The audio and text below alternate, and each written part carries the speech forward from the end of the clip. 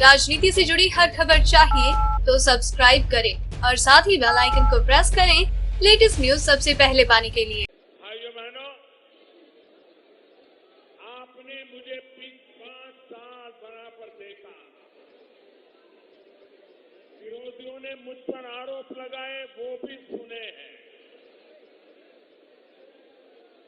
आप मैं से मुंह पूछना चाहता हूं, पिछले 5 साल से जिस रणनीति को लेकर के ये चौकीदार चल रहा है, क्या आपको वो पसंद है? क्या आपको पसंद है? क्या आपको मंजूर है? क्या आप मुझे बताइए।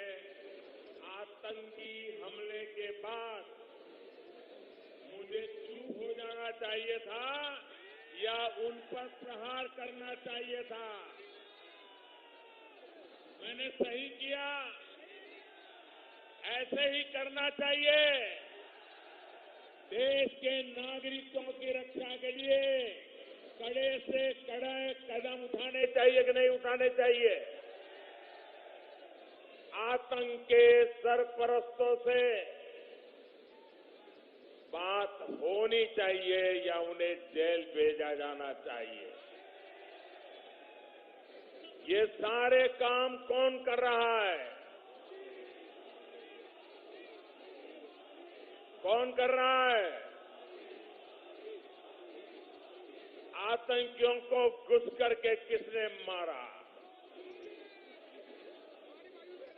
लेकिन आतंकियों को उन्हीं की भाषा में जवाब देना हमारे देश में ही कुछ लोगों को परेशान करता है।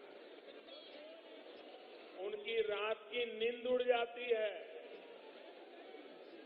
जब भारत डंके की चोट पर दुश्मन को मारता है, तब कुछ लोगों को हिंदुस्तान में रोना आता है।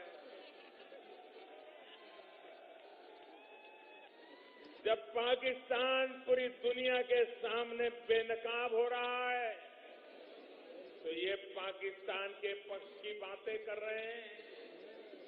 वो वहां पर हीरो बनने की स्पर्धा कर रहे हैं। भाइयों और बहनों, कांग्रेस हो, समाजवादी पार्टी हो, बहुजन समाज पार्टी हो, आतंकवाद पर इसी नर्म रवैये की वजह से कुछ लोगों के हौसले बुलंद हुए हैं। इन दलों ने सिर्फ आतंक को ही मदद नहीं दी है, इन्होंने आपके जीवन, आपके अस्तित्व को भी संकट में डालने का काम किया। साथियों, उन दिनों को याद कीजिए जब उत्तर प्रदेश में सपा की सरकार थी, बसपा की सरकार थी, दिल्ली में कांग्रेस की सरकार थी। तब क्या होता था? कभी लखनऊ में बम फूटते थे, धमाके होते थे। कभी रामलला की जन्मभूमि अयोध्या में धमाके होते थे। कभी भगवान भोलेनाथ की नगरी काशी को दहला दिया जाता था। कभी रामपुर के सीआरपीएफ कैंप पर हमला हो जाता था। अक्सर इन हमलों के तार यूपी के अलग इलाके, दूर दूर तक इलाकों में जाते थे। देश की एजेंसियां बहुत मेहनत से उन हमलों में शामिल लोगों को पकड़ती, लेकिन वोट बैंक की अपनी सियासत की वजह से बुआ भी और बबुआ भी, उनकी सरकारें उनको छोड़ देती थी। साथियों, ये हमले किसके खिलाफ? ये हमले कौन करा रहा? और क्यों सपा बसपा ऐसे लोगों पर मेहरबान थी? ये आज उत्तर प्रदेश का बच्चा बच्चा जानता है। साथियों, अब बीते 5 वर्षों से धमाके रुक गए कि नहीं रुक गए?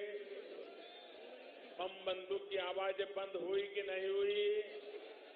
निर्दोष लोग मरना बंद हुआ कि नहीं हुआ? भाइयों बहनों, धमाके इसलिए रुक गए क्योंकि दिल्ली में आपने एक चौकीदार को बिठा दिया। आतंकियों को पता है वो एक गलती करेंगे तो मोदी उन्हें पाताल में भी खोज करके सजा देगा।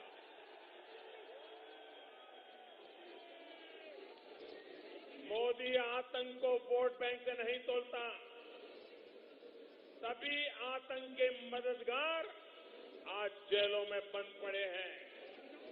साथियों, शहीद अजीत सिंह हो, शहीद रिकू सिंह हो, शहीद मुकेश चंद हो, ऐसे हर शहीद ने सुरक्षित समृद्ध भारत के लिए ही अपने प्राण न्योछावर किए। मुझे खुशी है कि भाई कंवर सिंह तंवर मेरे साथी ने इसी भावना के साथ अमरोहा में काम किया।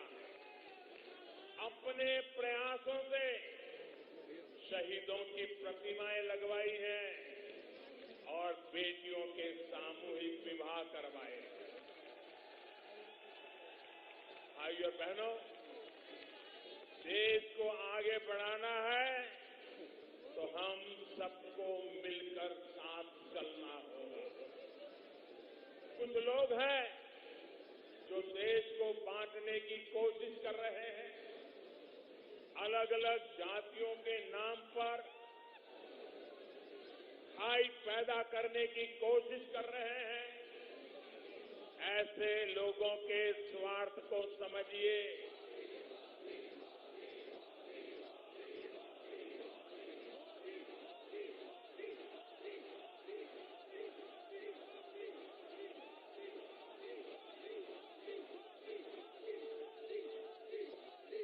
आप मुझे बताइए, अरे जब दुनिया में देश की पहचान ही नहीं रहेगी तो फिर इसका खामियाजा एक एक हिंदुस्तानी को भुगतना पड़ेगा। उत्तर प्रदेश की जनता ने 2014 में और फिर 2017 में ऐसी ताकतों को मुंह तोड़ जवाब दिया। सबका साथ सबका विकास के विजन पर चल रही हमारी सरकार, एक भारत श्रेष्ठ भारत के संकल्प पर चल रही हमारी सरकार देश की पहचान को और मजबूत करने के लिए प्रतिबद्ध है। साथियों, आज जब मैं आपसे देश की पहचान की बात कर रहा हूं तो आपको कांग्रेस के कुछ और पुराने गुनाहों की भी याद दिलाना चाहता हूं। सिर्फ एक परिवार की पहचान बनाने के लिए, सिर्फ एक परिवार के कुछ लोगों की प्रतिष्ठा के लिए, एक परिवार के स्वार्थ की सिद्धि के लिए कांग्रेस ने बाबा साहब आंबेडकर का भी अपमान किया। कांग्रेस ने उन्हें चुनाव में हराने के लिए एड़ी चोटी का छोर लगाया। देश के प्रति बाबा साहब आंबेडकर के योगदान को भुलाने की साजिश रची थी, क्योंकि बाबा साहब ने उस परिवार को चुनौती दी थी। इसलिए बाद की पीढ़ियों ने भी बाबा साहब से निरंतर बदला लिया।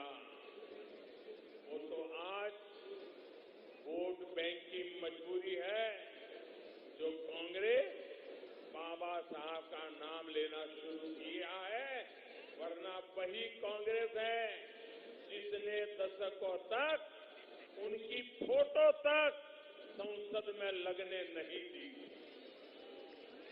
ऐसी कांग्रेस को माफ कर सकते हैं क्या?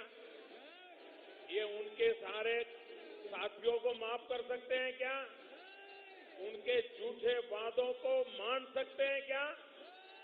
साथियों, उसी दौर में हमारे देश में एक और महान नेता हुए थे, जोगेंद्र नाथ मंडल। आपने शायद उनका नाम भी नहीं सुना। आपने उनका नाम इसलिए नहीं सुना क्योंकि आजादी के बाद की कांग्रेस सरकारों ने उनके उस इतिहास को भी आपके सामने नहीं आने दिया। साथियों, जोगेंद्र नाथ मंडल बाबा साहब के बहुत करीबी साथी थे, कानून के बहुत बड़े विद्वान थे, लेकिन जीना के बहकावे में आकर बंटवारे के समय वो पाकिस्तान चले गए।